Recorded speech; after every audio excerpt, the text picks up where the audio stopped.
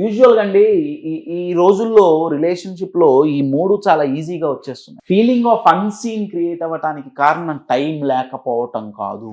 చాలా మంది ఏమనుకుంటారంటే భార్యాభర్త ఇద్దరు ఉద్యోగాలు చేస్తున్నారు, హైలీ స్ట్రెస్ ఎన్వైరన్మెంట్, ఒకళ్ళకు కూర్చొని మాట్లాడుకునే టైం లేదు. కాదండి, ప్రాబ్లం టైంలో కాదు. ఈ మూడు యూలు అమ్మాయిలకు పడవు అన్నది అబ్బాయిలకు తెలియదు, అమ్మాయిలకి తెలియదండి. నేను చేపలు పట్టడానికి వెళ్తే నేను వెజిటేరియన్ని, నేను కొత్తిమీర కట్టేస్తా అంటే కుదరదు. దానికి ఏదైతే ఇష్టమో చేపకు అదే ఎరగా వేయాలి. Yes or no? Human brain కి ఏది చేస్తే వర్కౌట్ అవుతుందో అదే మనం చేయాలి. ఫెమినైన్ ఎనర్జీకి ఈ మూడు వర్కౌట్ అవ్వవు.